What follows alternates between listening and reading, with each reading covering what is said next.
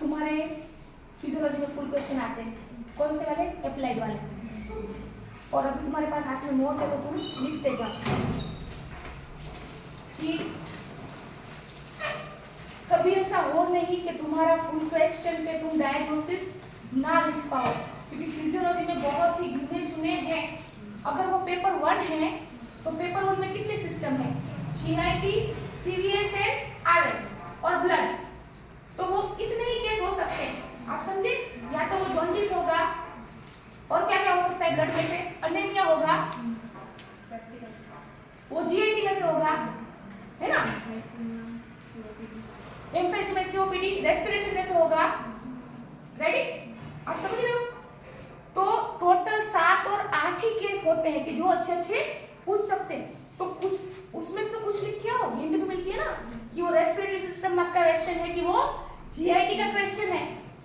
तो आप समझे, अगर आपको बहुत डेफिनेट डायग्नोसिस नहीं मिल रहा है पर इतना तो पता चलेगा ना कि ये केस जीआईटी सिस्टम का है, तो जीआईटी के लिख दो कि भाई जॉन्डिस भी है, गैस्ट्रिक अल्सर भी है, और चार्ट डायग्नोसिस लिख दो। If you are not sure then write 4 to 5 collective कि this patient because of this symptom he might be gastric ulcer, क्योंकि उसको एसिडिटी हो रही है तो फैक्टिक अल्सर, पर उसको वोमिटिंग भी हो रही है तो वो जॉन्डिस भी हो सकता है। अब एग्जामिनर को डिसाइड करने दो ना कि मार्क देना है कि नहीं देना है। समझ आ रही है? तो कभी भी अपने फुल क्वेश्चन में डायग्नोसिस नहीं लिखेंगे ऐसा, क्योंकि पूरे सिस्टम में 2-3 ही तो केस है। अब चलो रेस्पिरेटरी है और तुमको नहीं समझ आ रही है कि वो कॉन्स्ट्रिक्टिव डिसीज है कि रिस्ट्रिक्टिव डिसीज है। अगर तुम श्योर हो तो एक श्योर ही लिखो, तो 10 में से 9 मार्क। आप समझ रहे हो?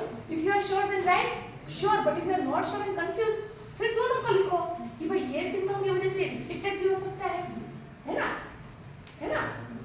या तो फिर ये है तो ये एम्फीसिमा भी हो सकता है, ये सीओपीडी भी हो सकता है। समझे? तो कभी भी अपना फुल क्वेश्चन गलत नहीं होगा।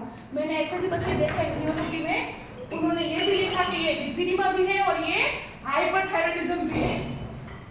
उन्होंने ये भी लिखा कि ये हाइपोथायराइडिज्म भी है और ये हाइपरथायराइडिज्म भी है। तो डायग्नोसिस में दोनों लिखा, साइन एंड सिम्पटम में भी दोनों लिखा, ट्रीटमेंट में भी दोनों का लिखा। तो चलो मैं बोलूं कि डायग्नोसिस गलत है तो मार्क कट करो, पर जहां साइन एंड सिम्पटम में उसने आधा लिखा है तो वहां तो मेरे को मार्क देने पड़ेंगे ना। ट्रीटमेंट में भी उसने आधा लिखा है तो मेरे को मार्क देने पड़ेंगे ना। तो ये बहुत अच्छी स्ट्रेटेजी है फुल क्वेश्चन की।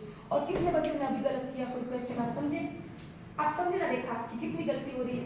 आप समझ रहे हो हम कितने छोटे छोटे पॉइंट पे नूतन चाबी आप निकली जाओ, तुम चाबी आप निकली जाओ, कितनी छोटी छोटी हमारी गलती हो रही है। तो अभी हमारा फुल क्वेश्चन मान जाएगा?